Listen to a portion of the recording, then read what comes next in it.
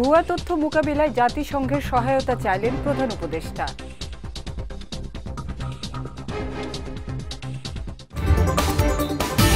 ছয় মাসের জন্য চট্টগ্রাম বন্দর পরিচালনার দায়িত্ব পাচ্ছে নৌবাহিনী, জানালেন নৌ উপদেষ্টা। এবং আদালত অবমাননার মামলায় শেখ হাসিনাকে 6 মাসের কারাদণ্ড দিল ট্রাইব্যুনাল।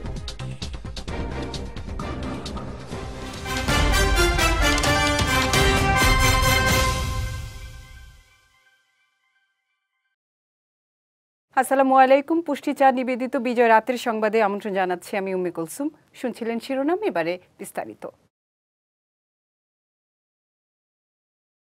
ভুয়া তথ্য মোকাবেলায় কার্যকর ব্যবস্থা গড়ে তোলা এবং নৈতিক মানদণ্ড বজায় রেখে সংবাদ পরিবেশন করা গণমাধ্যমগুলোকে সহায়তা করতে জাতিসংঘকে আহ্বান জানিয়েছেন প্রধান উপদেষ্টা ডক্টর মোহাম্মদ ইউনূস। বুধবার রাষ্ট্রীয় অতিথি ভবন যমুনায় প্রধান উপদেষ্টার সঙ্গে সাক্ষাৎ করেন ইউনেস্কোর বাংলাদেশ অফিস প্রধান সুসান ভাইস এবং সাংবাদিকদের নিরাপত্তা বিষয়ক শাখার সিনিয়র প্রকল্প কর্মকর্তা মেহেদী বেনচেলা। এ সময় প্রধান উপদেষ্টা তাদের এ আহ্বান জানান। প্রধান উপদেষ্টা বলেন, সরকারের প্রধান সমস্যা হচ্ছে ভুয়া ও মিথ্যা খবর। এর একটি অংশ দেশের বাইরের কিছু লোক ছড়াচ্ছে। এছাড়া ডিজিটাল প্ল্যাটফর্মের পাশাপাশি প্রথাগত সংবাদ মাধ্যমেও অনেক সময় ভুয়া তথ্য ছড়াচ্ছে।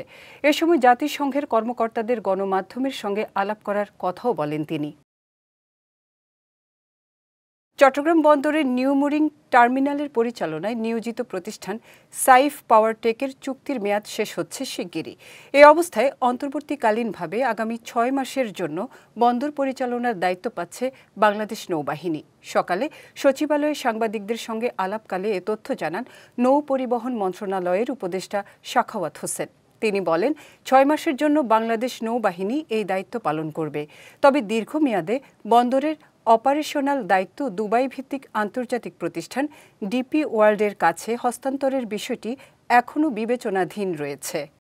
পোর্টকে অথরাইজ করা হচ্ছে যে সরকারের বিধি এবং অনুসারে ফাইন্যান্সিয়াল দিক থেকে দেখে তাদেরকে 6 মাস অথবা মোর দেন দ্যাট অথরাইজ করা হয়েছে একটা পার্টিকুলার খরচের মধ্যে, যে খরচের মধ্যে তারা পরিচালনা করবে এবং বিধি অনুযায়ী তারা নিয়োগ করতে পারে এই সময়ের জন্য বা যে কোনো সময়ের জন্য অপারেটর নিয়োগ করতে পারে।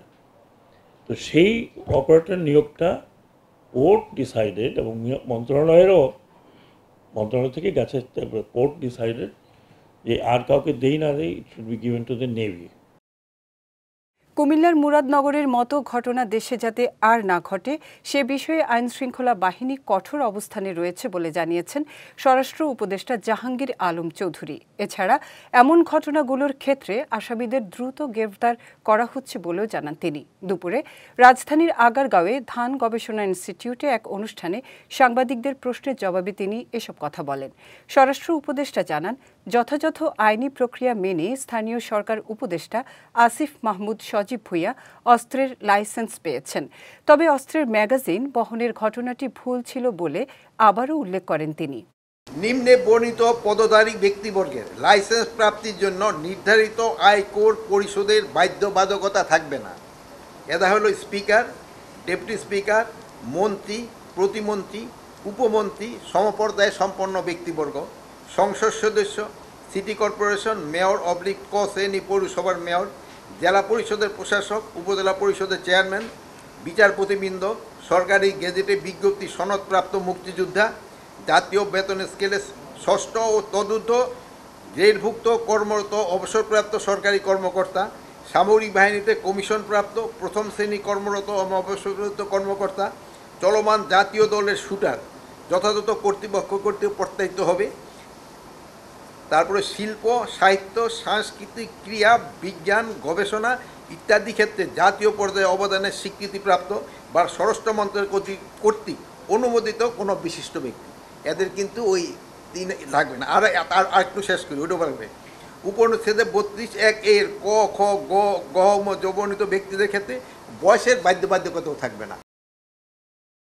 সরকার বিমানের টিকিটের দাম কমানোর পর আবারও বেড়ে গেছে, একথা বলেছেন প্রবাসী কল্যাণ মন্ত্রণালয়ের উপদেষ্টা ডক্টর আসিফ নজরুল। জানান, দাম বাড়ানোর জন্য দুষ্টু লোক লেগেই থাকে।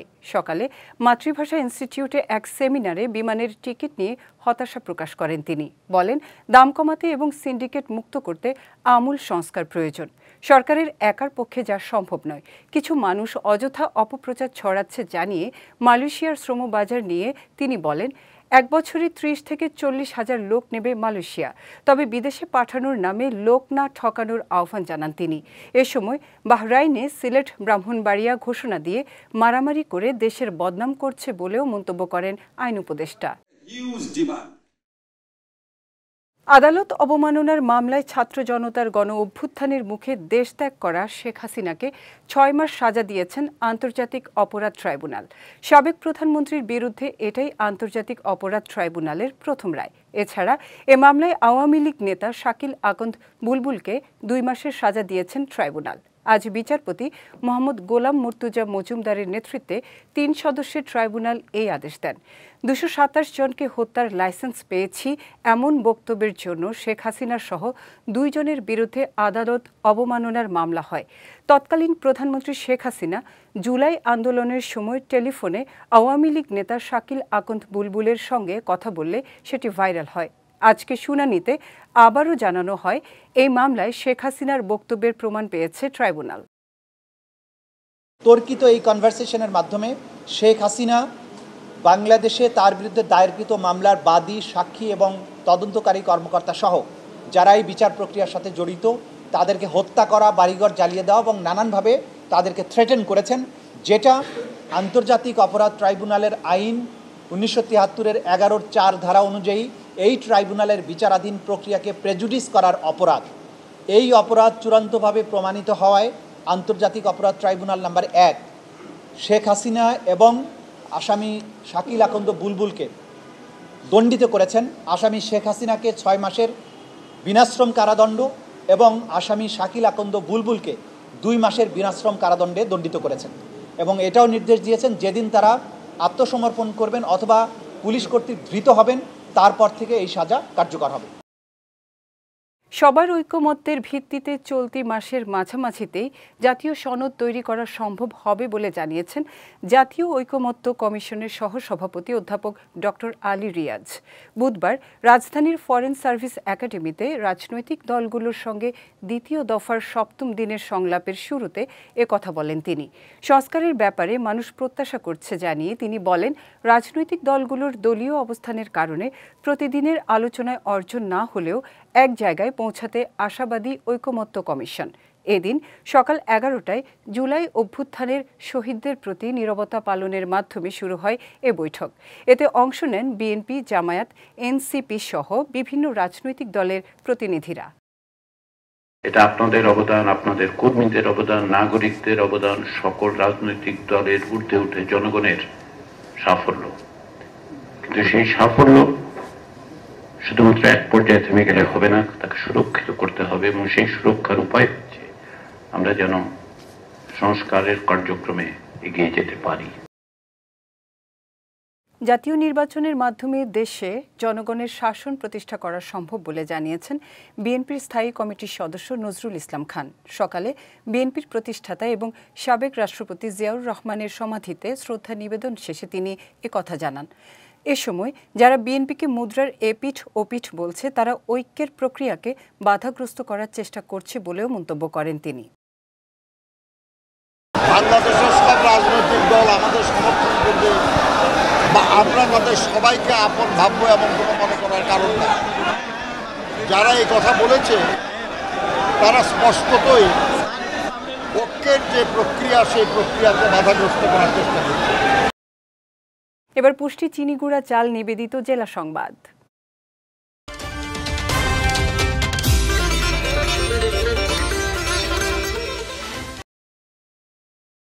আগামী 3 আগস্ট কেন্দ্রীয় শহীদ মিনারে বাংলাদেশ পুনর্গঠনের ইশতেহার ঘোষণা করা হবে বলে জানিয়েছেন এনসিপির আহ্বায়ক নাহিদ ইসলাম। দুপুরে কুড়িগ্রামের রাজারহাটে পথসভায় অংশ নিয়ে তিনি একথা জানান। বলেন, জুলাই অভ্যুত্থান নিয়ে যে ষড়যন্ত্র করা হচ্ছে তা প্রতিহত করা হবে। নাহিদ ইসলাম আরও বলেন, গত বছর গণ অভ্যুত্থানের মধ্য দিয়ে স্বৈরাচারী ফ্যাসিস্ট শেখ হাসিনার পতন ঘটেছিল। তার পতন আমাদের মনে করিয়ে দেয় কোনো স্বৈরাচার ফেরাউন ক্ষমতার মসনদে চিরকাল থাকতে পারে না।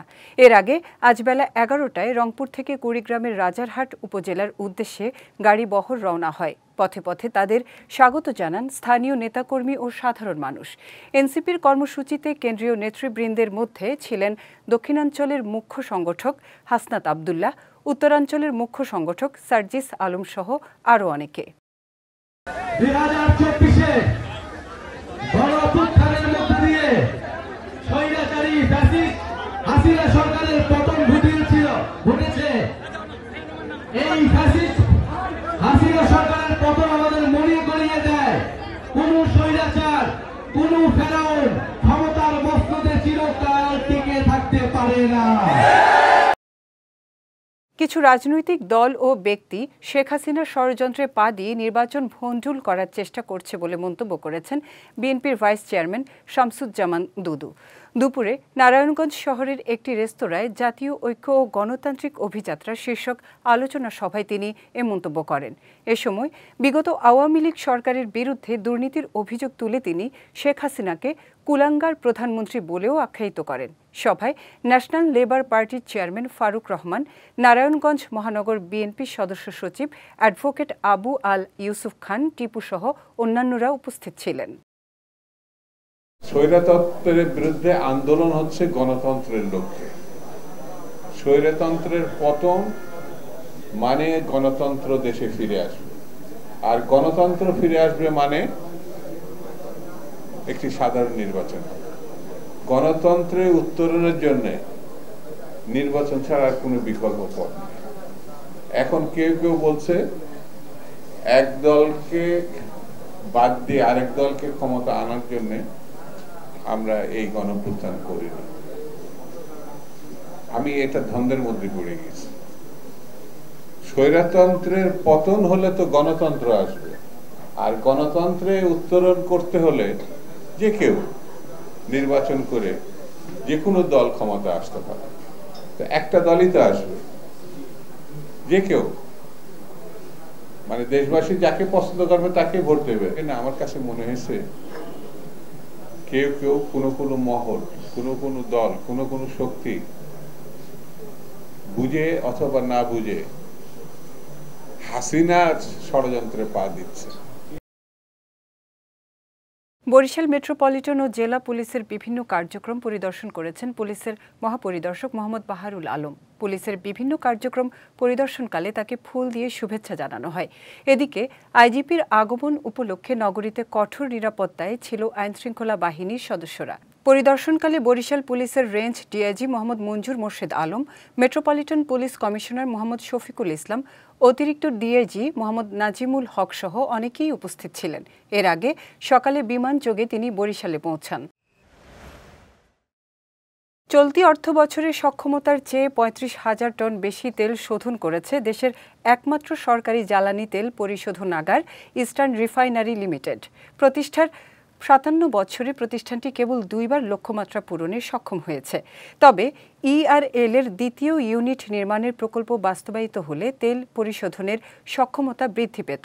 অথচ গত ১৩ বছরেও অনুমোদন পায়নি সম্ভাবনাময় প্রকল্পটি। চট্টগ্রাম থেকে মোহাম্মদ মহিন উদ্দিন সেলিমের ক্যামেরায় ও তাপস দে আকাশের পাঠানো তথ্যে বিস্তারিত ডেস্ক রিপোর্টে। ১৯৬৮ সালে চট্টগ্রামের পতেঙ্গায় জ্বালানি তেল পরিশোধনাগার ইস্টার্ন রিফাইনারি লিমিটেড প্রতিষ্ঠা করে তৎকালীন সরকার। এ পরিশোধনাগারে জ্বালানি তেল শোধনের সক্ষমতা বছরে সর্বোচ্চ ১৫ লাখ টন। তবে ২০২৪-২৫ অর্থবছরে ১৫,৩৫,০০০ টন তেল শোধন করেছে প্রতিষ্ঠানটি, যা সক্ষমতার চেয়ে ৩৫,০০০ টন বেশি। সব পক্ষের প্রচেষ্টায় ও তেল সরবরাহ নিরবচ্ছিন্ন থাকায় লক্ষ্যমাত্রার চেয়ে বেশি পরিমাণ তেল পরিশোধন করা গেছে বলে জানিয়েছে ইআরএল কর্তৃপক্ষ। ১৫ লাখ কিন্তু আমরা ২০২০-২০২১ অর্থবছরে করেছিলাম। তখন ছিল আমাদের ক্রুডের প্রসেসিং ছিল 15,14,000 টনের মতো, যেটি আমরা এবার 15,35,000 আমরা সর্বোচ্চ গেলাম। তো আমরা আশা করি এটি আমরা যেটা করেছি এটা আমরা হয়তো চলে যাবো, আমাদের যারা পরবর্তী জেনারেশন এমপ্লয়ি আছে তারা হয়তো আগামী 2-3 বছরের মধ্যে আপনি আবার ইনভাইটেড হবেন যে 35-এরও বেশি তারা অতিক্রম করবে। এই সক্ষমতা আমাদের আছে। আমরা টেকনিক্যালি আমরা কিছু ইউনিটের আপগ্রেডেশনও করেছি। এখানে আমরা হাইয়েস্ট তুলতে পেরেছি 57 বছরে 15 লক্ষ টন। সেখানে এই বছরে গতকালকে শেষ হয়েছে যে 15,35,000 মেট্রিক টন ক্রুড অয়েল আমরা পরিশোধন করতে পেরেছি। এটা একটা বিশাল অ্যাচিভমেন্ট। তবে প্রতিষ্ঠার 57 বছরেও জ্বালানি তেল পরিশোধনের সক্ষমতা না বাড়ায় বেশি পরিমাণে ডিজেল আমদানির কারণে প্রতি বছর সরকারকে খরচ করতে হচ্ছে বাড়তি ডলার। এক্ষেত্রে সক্ষমতা বৃদ্ধির জন্য ইআরএল এর দ্বিতীয় ইউনিট নির্মাণের প্রকল্পের পরিকল্পনা নেওয়া হলেও গত 13 বছর ধরে লাল ফিতায় বন্দী রয়েছে প্রকল্পের ফাইল। এদিকে ইআরএল এর দ্বিতীয় ইউনিট বাস্তবায়নের প্রক্রিয়া চলছে বলে জানিয়েছে বাংলাদেশ পেট্রোলিয়াম কর্পোরেশন। সরকার এইটার থেকে বাজেটারি সাপোর্ট দিবে এবং কোনো সরকার সংগ্রহ করবে ফান্ড করে, এটা জিওবি হবে, বিপিসি থেকে দেয়া হবে ধরেন 1 থেকে 1.5 বিলিয়ন, বিপিসি থেকে দেওয়া হবে কিছু অংশ, আর বাকিটা সরকার দিবে। সরকার এটা বাজেটারি সাপোর্ট হিসাবে দিবে। প্রকল্পটি বাস্তবায়িত হলে বছরে প্রায় 24 কোটি ডলার সাশ্রয় হবে সরকারের। বিজয় টিভি নিউজ ডেস্ক। ঢাকার দোহার উপজেলায় হারুনুর রশিদ মাস্টার নামে এক বিএনপি নেতাকে গুলি করে হত্যা করেছে দুর্বৃত্তরা। ভোরে উপজেলার বাহরা হাবিল উদ্দিন উচ্চ বিদ্যালয়ের সামনে এ ঘটনা ঘটে। স্থানীয়রা জানায় সকালে গুলির শব্দ পেয়ে ঘটনাস্থলে পৌঁছে হারুনুর রশিদের রক্তাক্ত দেহ দেখতে পান তারা। পরে আহত অবস্থায় তাকে উদ্ধার করে দোহার স্বাস্থ্য কমপ্লেক্সে নিলে চিকিৎসক মৃত ঘোষণা করেন। এ বিষয়ে হাসপাতালের চিকিৎসক নুসরাত তারিন জানান, মরদেহের মাথা, ঘাড় ও শরীরে 6টি গুলির চিহ্ন পাওয়া গেছে। এদিকে এই ঘটনায় আইনগত ব্যবস্থা নেওয়া হয়েছে বলে জানিয়েছেন দোহার থানার ভারপ্রাপ্ত কর্মকর্তা মোহাম্মদ হাসান আলী। যাচ্ছি পুষ্টি ড্রিঙ্কিং ওয়াটার নিবেদিত খেলার সংবাদে।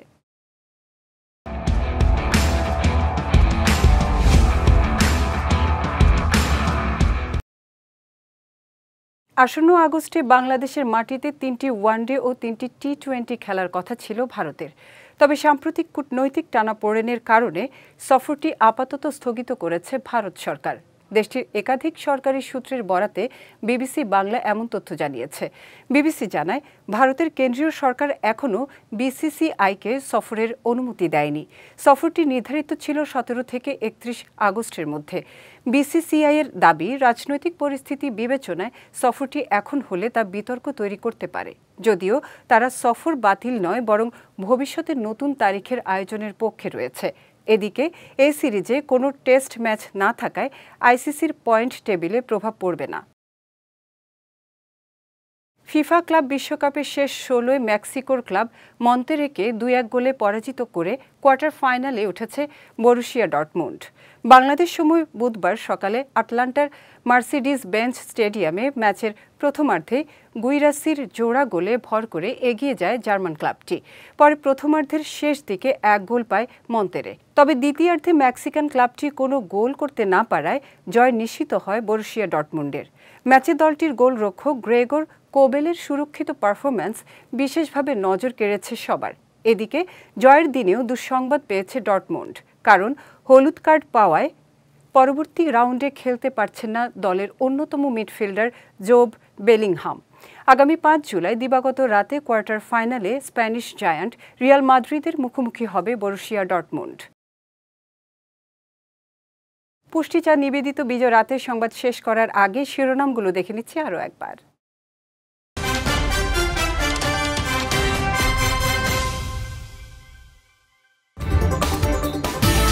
ভুয়া তথ্য মোকাবিলায় জাতিসংঘের সহায়তা চাইলেন প্রধান উপদেষ্টা।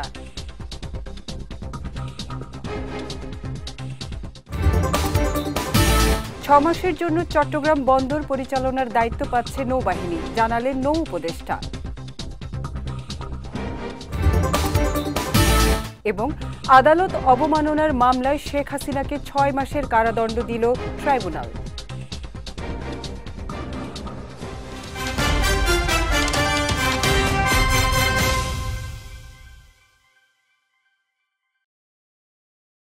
বিজয় রাতের সংবাদ শেষে আজকের মতো আমি উম্মে কুলসুম আপনাদের কাছ থেকে বিদায় নিচ্ছি। আগামীকাল একই সময়ে নতুন সব খবর দেখতে চোখ রাখুন বিজয় টিভিতে। এছাড়াও আজকের বিজয় রাতের সংবাদের ভিডিও দেখতে পারেন আমাদের ইউটিউব এবং ফেসবুক পেজে। আমাদের ইউটিউব হলো youtube.com/bijoytvofficial এবং আমাদের ফেসবুক পেজ হলো facebook.com/bijoytvlimited। এতক্ষণ সঙ্গে থাকার জন্য ধন্যবাদ সবাইকে।